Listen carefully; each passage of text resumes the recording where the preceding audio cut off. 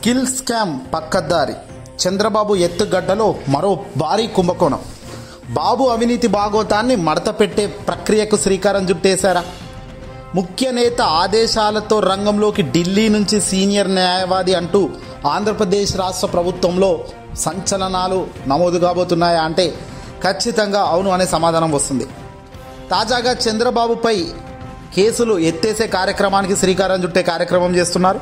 ప్రతిపక్షంపై బనాయిద్దాం, చంద్రబాబుపైకి ఉన్న కేసులు ఎత్తేద్దాం అనే తట్టుగా ఆధారాలతో పని లేదు, అధికారం మనదే కదా అనే అండదండలతో స్కిల్ స్కామ్, సిఐడి అరెస్టులు, చంద్రబాబుకు సంబంధించిన అతిపెద్ద మలుపు తిప్పిన ఈ అంశాల నుంచి బయటపడేందుకు స్కెచ్లు గీస్తున్నట్టుగా తెలుస్తుంది.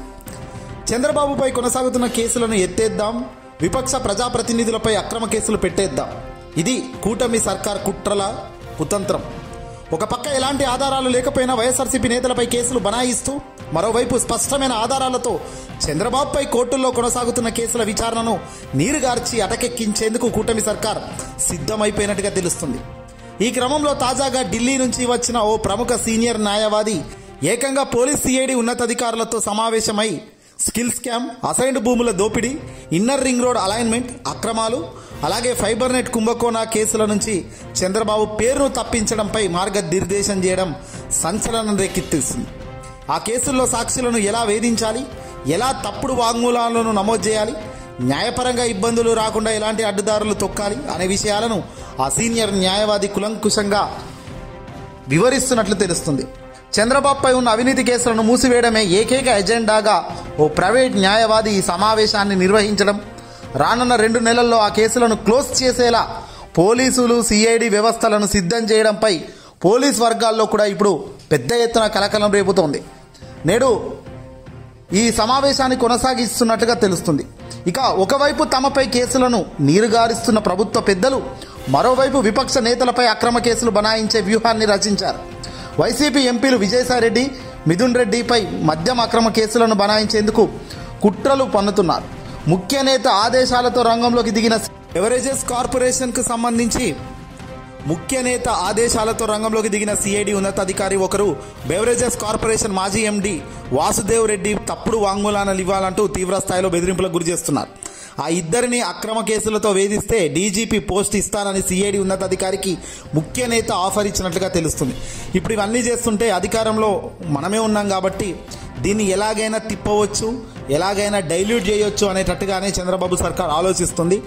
ఢిల్లీ నుంచి వచ్చిన కీలక వ్యక్తి ఏకంగా పోలీసు ఉన్నతాధికారులతోనే సమావేశాలు పెట్టడం, ఆ సమావేశాల అనంతరం చంద్రబాబు కేసును పూర్తిగా ఈ అన్ని కుంభకోణాల నుంచి బయటపడేసే మార్గాన్ని దిశానిర్దేశం చేస్తున్నట్టు తెలుస్తుంది. ఇలాంటివి గనక జరిగితే ఇది దేశ ద్రోహం కిందికి వస్తుంది. దారుణంగా తప్పుదల మీద తప్పు చేస్తూ పోతున్న వ్యక్తిగా చంద్రబాబు నిలబడే పరిస్థితి వస్తుంది. రాబోయే రోజుల్లో పరిస్థితులు మారినా, అధికారం వేరే చేతిలోకి పోయినా మళ్ళీ చంద్రబాబుకు ఇబ్బంది రాకుండా చూసేందుకే ఢిల్లీ తరహా పెద్ద పెద్ద లాయర్లు రంగంలోకి దిగి లీగల్గా ఎలా గట్టెక్కించాలనే దానిపై కసరత్తులు చేస్తున్నారు. ఇవన్నీ కూడా కుతంత్రపు రాజకీయ చరిత్రలో భాగంగానే జీ హుజార్ అంటూ ఉన్నతాధికారులు అడుగులు వేస్తున్నారు. జగన్మోహన్ రెడ్డి గారి గతంలో స్కిల్ స్కామ్తో పాటు inner ring road alignment, assigned భూముల దోపిడీ, అలాగే ఫైబర్ నెట్ కుంభకోణాలు లాంటి కీలక పెద్ద పెద్ద స్కాముల్లో చంద్రబాబు నాయుడు గారు చేసిన అవినీతి, చంద్రబాబు నాయుడు గారు చేసిన కరప్షన్ బట్టబయలు చేశారు. ఇలాంటి తరుణంలో చంద్రబాబు ఏకంగా స్కిల్ స్కామ్ కేసుల్లో ఆధారాలు బలంగా ఉన్నప్పుడు ఏం చేయలేని పక్షంలో 53 రోజుల పాటు సెంట్రల్ జైలు రాజమండ్రి కూడా పోయి జైల్లో కూడా గడిపే పరిస్థితి వచ్చింది. అనంతరం హ్యుమానిటేరియన్ గ్రౌండ్స్ కింద తనకు బెయిల్ రావడం, ఆ తర్వాత రెగ్యులర్ బెయిల్ కూడా రావడం అన్నీ కూడా చకచకా జరిగిపోయాయి. ఆ తర్వాత కూటమిగా ఏర్పడ్డ సర్కార్ చంద్రబాబు, పవన్ కళ్యాణ్, బీజేపీకి సంబంధించి ఎన్డీఏతో జతగట్టి అధికారంలోకి అయితే రాగలిగారు. కానీ ఈ కేసుల నుంచి ఎలా బయటపడతారు, షరతులను అంటే చంద్రబాబు ప్రస్తుతం ఈ బెయిల్ మీద ఉన్నారు, కానీ బెయిల్ షరతులను ఉల్లంఘిస్తూ యథేచ్ఛగా తాను ఉల్లంఘిస్తూ అడుగులు వేస్తున్నాడు. దీనికి కూడా ఖచ్చితంగా అడుగులు వేయగలిగితే, బెయిల్ షరతులను గనక ఉల్లంఘిస్తున్నారని నిరూపించగలిగితే చంద్రబాబు నాయుడుని ఏ క్షణమైనా మళ్ళీ అరెస్ట్ చేసే పరిస్థితి ఉంటుంది. కానీ ప్రస్తుతం తాను ముఖ్యమంత్రి హోదాలో ఉన్నారు కాబట్టి, ఢిల్లీలో ఉన్న పెద్దలు కూడా ఈ కూటమిలో భాగంగా ఉన్నారు కాబట్టి ఆ అవకాశం వెసులుబాటు లేదని తెలుస్తుంది. ఎనీ కాస్ట్ ఏదైనా జరగని కానీ అవినీతి భాగోతాన్ని మొత్తం మడత పెట్టి దొరకకుండా చేసుకోవడంలో చంద్రబాబు తన వ్యూహాన్ని అమలు చేస్తున్న ప్రక్రియ సమర్థిద్దామా, లేదు కాదు అని కుడతారా, ఏమంటారో కామెంట్ కూడా చేయండి. ఈ వీడియోని అసలు లైక్ కొట్టండి.